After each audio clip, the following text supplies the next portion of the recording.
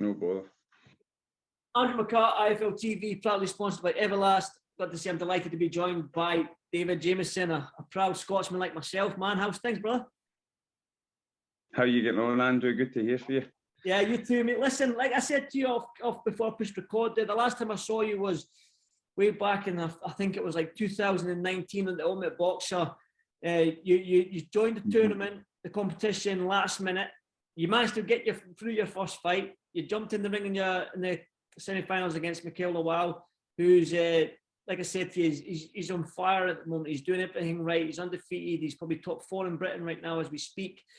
You gave him a good fight, albeit 3 rounds, but it took you to 2021 to get another fight after that fight. Just break down that whole sort of timescale from the Ultimate Boxer until now. It's basically the Ultimate Boxer coming on. It was a massive opportunity. We had to grab it with both hands. We only had sort of 10 days notice. But as I say, a massive opportunity. We just had to get the weight off and get down there. So even though I came up the road with an L on my record, it was still very, my stock rose massively because I went down and I gave a right good account of myself. I think I've always said it over the years, I'm a value for money fighter. So win, lose or draw, it's just great action for the fans. Everybody gets to see that I'm an all-action fighter. I'm aggressive. I come forward, and you get what you pay for, sort of thing. Yeah. Once we came up the road after the Ultimate Boxer, and there was a bit of layoff in between, and then just changing managers. I went from Paul Graham at Prospect Boxing, and then I signed with Sam Kinnett in Glasgow. I was due to fight the boy Mo Ali Bayat from Dubai. I think I was due to fight him on the Friday night, and we went into lockdown on the Wednesday, and that was in the February, I'm sure it was. So that was 2 years ago. And it, just like that, the curtain came down. We half knew that it was going to happen, but it was just one of those you had to keep training through. And then when they told us on the Wednesday it was lockdown, it was gutted, really. I bet, man. But a bit better news now, obviously, signing with Dennis Hobson. We've got a 4-fight deal with Fight Zone, and we've got a very busy 2022 ahead of us. So it's all looking up. Well, 2 wins in 2021, two TKOs. Do you carry power now? Obviously, you've got 7 wins and 5 knockouts, so you obviously can bang a little bit. I know that's. I've always been able to punch, but it's just sitting down on my punches. We're working in the gym with my coach Jerry Higgins, just sitting down, and that's it. That's what puts bums in seats in it, Andy. People like to see knockouts. They like to see guys that are aggressive and forcing the stoppage. So, it's sort of that style of fighting that I pride myself on. You want to be exciting. When you look at the Cruiserweight division right now, I know your next fight's on the 18th of February. And I seen on your Instagram you said it's for your first title, your first professional title. What would this title do for you? Can you know what I mean? Like, obviously, ranking titles and stuff like that. But right now, the Cruiserweight division domestically is red hot. So this is going to put you right up there if you win this. Put me right up there. There's a bit of a roadmap there. We sat down with my manager Sam and Dennis and all the guys at Fight Zone, and there's a wee bit of a roadmap laid out for me over the next 6 months that I can't say too much about. But it keeps me active, and it's shooting for the stars stuff here. Win this first title, and it's a springboard. It gets me ranked with the IBO, and as you know, Mr. Massey's just picked up the IBO world title there. So it'd be nice to get a ranking with them, get you registered with them, and then it gives you something to push on towards. Well, like I said to you right now, domestically, the Cruiserweight division is red hot with obviously Lawrence Okoli doing his thing, looking at Unify and whatnot, and he's actually talked about going up to heavyweight now. You've got Chris Smith, Richard Riakpo, Jack Massey, as you mentioned. Then I say Mikael Lawal, Luke Watkins. Gosh, if I forgot anyone else out, that Stephen Ward from Belgium, big Stevie Ward still there. What's that? Yeah, Tommy McCarthy's. You can miss these guys out. Yeah, Tommy McCarthy as well. Can't miss big Tommy out. Oh, gosh.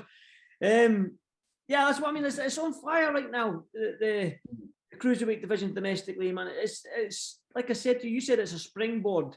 Now, it's going to be a springboard for you to earn some decent money, I'd imagine, against some very, very good opponents, which you said you're a fan-friendly fighter. So it's some tasty fights on the horizon. That's what we're in it for, Andrew. That's it. It's all about tasty fights. That's all I want. I've been doing it for a long time now. And I said that when I sat down when I was signing with Sam. And I said that. I says, listen, I need fights that when you phone me and offer me the fight, I want to say no. I need fights that get you out of bed in the morning, that really, really stoke the fire.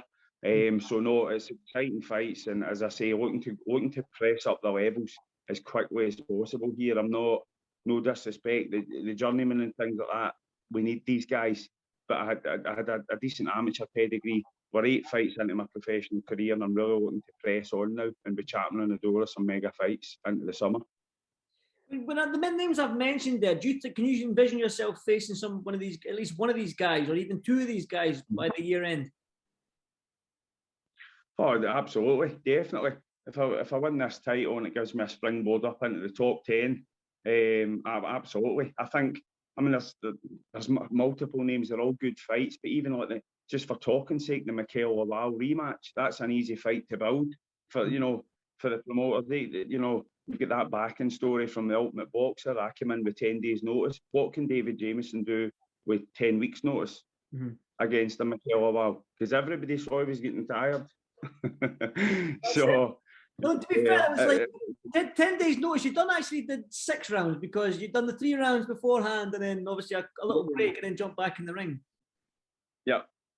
Yep. No, not too bad. Not too bad. Not too bad at all. The fitness is there at least. Yes. Yeah. That's it. It was just blood and guts that night, I think. I don't know if it was my lungs or my heart, but something got me through. Definitely. Well, I was there that night, man, and it was grueling to watch, man, because it was like because you've only got them 3 rounds, it's like I need to just swing everything. I need to just go for it. There's no sort of building you up. So when you mentioned that rematch there, obviously it'll probably be over 10 rounds now. Do you think that maybe you can pace yourself a little more? And like I said to you about the power that you carry, that's always been one of my strong points. I've got a really good engine, but over that's maybe been to my detriment. The way I fight, what's sort of coming on later in the rounds, to my detriment as an amateur, because it was the 3 minutes rounds. It's a sprint, it's not a marathon.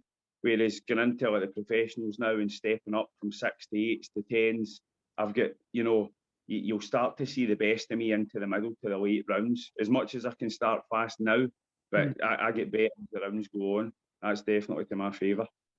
I'm sensing some hunger in you. I can sense that there's a wee what's the word I'm looking for? A wee gleam in your eye, sort of thing. A wee sparkle in your eye. I can sense a little bit of hunger, that you're ready to just grab the boxing by the scruff of the neck and go for it. Listen, I'm jumping out my skin. There was the layoff with the COVID thing and stuff like that. But signing this contract with Dennis Hobbs and all the boys at Fight Zone, I mean, they've come through and everything that they've promised, everything's there. The roadmap's laid out. I've got it all there laid out to do, Andy, here this year. It's all there to do. I just need to do it. So do the work, get your head down, live the life, and apply yourself. And hopefully we're sitting here at this point in time next year and see where I am. Definitely. Well, let's do it. I will be here next year with you. But what's the end goal for you then, David? Is it too far-fetched to say world champion? Can you reach that height, that dizzy height? It's a good question. It's something that I think a lot of fighters do, and I was very guilty of it as well. I think you put a ceiling on your career. I didn't start till I was 15 years old boxing. I think I had around 58 amateur fights. So not massive pedigree, but decent enough. So you sort of put a ceiling on your career. I'd always said my boyhood dream was to win the Lonsdale belt. I'd love to win the British title. But just the way the world works, it works in mysterious ways. I mean, opportunities are starting to present themselves here, and the sky's the limit. I'm not putting any ceiling. I'm shooting for the stars here. Not putting any ceiling on it. Just get my head down, apply myself, and anything's possible. As you said, you touched on it yourself. I can punch a bit. Anything can happen when you can punch a bit. And if you're fit behind that and you're willing to put the work in, I mean, the sky's the limit. David, I've got to say, I hope you don't mind me saying, I'm looking at the red beard, I'm looking at the face, and reminding me of Canelo a little bit. Listen, I've been told a lot worse. Well, listen, Canelo's is coming up to your division, mate. Wait, aye. Aye. So he's defeating me in the SECC. Is that the goal? Brilliant. No, listen, look, that's unbelievable stuff. He has, for me, he's value for money to watch. He's the best. He's tremendous to watch. He's so improved. Offensively, he's always been tremendous. Defensively, he's come on so much now. He's very, very smooth. But I don't know, the jump to Cruiser's crazy. He did, I mean, he stopped Kovalev. He stopped Kovalev at light heavyweight, so that's an achievement in itself. But there's still that 25-pound. It's a big jump. I boxed as a light heavyweight when I was an amateur at 81, and from 81 to 91, it's a massive jump. Do you think he can cope up there? Do you think this might be a one-off, or do you think he can hang around up there? I think he's got very good managers, and there's some very good matchmaking. I think if he fought Alonga Makabu 6 years ago, he'd have been in trouble. But I think now he's far too sharp, and just on his current form, I mean, you'd give him a run for the money, really. He beats Makabu? I think so. How? I think he might even stop him. Yeah? Yeah. Is that because I said that you look like him? You're getting a little bit of a... No. I think he'll do it. He's got everything going in his favour. He'll have all the dietitians of the day. He'll be eating all that good meat from Mexico. You said it, not me. You said it, not me. Listen, I've got to give a shout out to Mr. Stephen McCrainer, a mutual friend of ours. Oh, definitely, yeah. Yeah, better give him a little shout out, man. He's a good man. Big up McCrainer. No, listen here. Of all the guys that you shout out and sponsors and all this, I mean, for folk that don't know, Stephen has been a good pal of myself for years. He's walked into the gym and he's just totally get behind me. He's done everything in his power to help me. Never looks for anything in return, as long as he sees me applying myself. I cannot speak highly enough of Stephen McCrainer. He's a cracking guy. Listen, well, I'm sure Stephen would like that. And like I said, I've met him on a few occasions now since I've moved up this way, and he's a laugh, he's a giggle, and he's a top we need man. to get a wee get together after the 18th then. Definitely. Listen, Stephen, if you're watching this, man, get that jacked up. You're the man to know. That's it, definitely. Final one for me then, David. What can we expect from you in 2022? 2022, same as always. Fit, come forward, all action, aggressive, cruiserweight. I'm coming from East Kilbride, South Lanarkshire, Blantyre and Hamilton. I'm looking to bring all these people with me and put this town on the map. It's not just that it's East Kilbride's first professional boxer. I'm looking to win titles and push on and really put my name on the map here.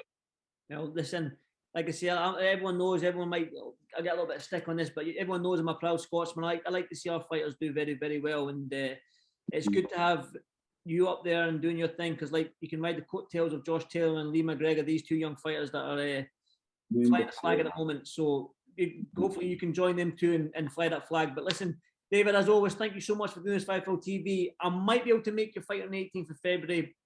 My missus is pregnant. She's due around about that week. So, wow, congratulations. Thanks, but listen, if I can make it, I'll be there. I'm sure someone will be there as well, so we'll get a pint after. So listen, stick it, mate, and good luck on the 18th. Top drawer, Andy. Thanks very much, mate. Cheers, David. Thank you, mate.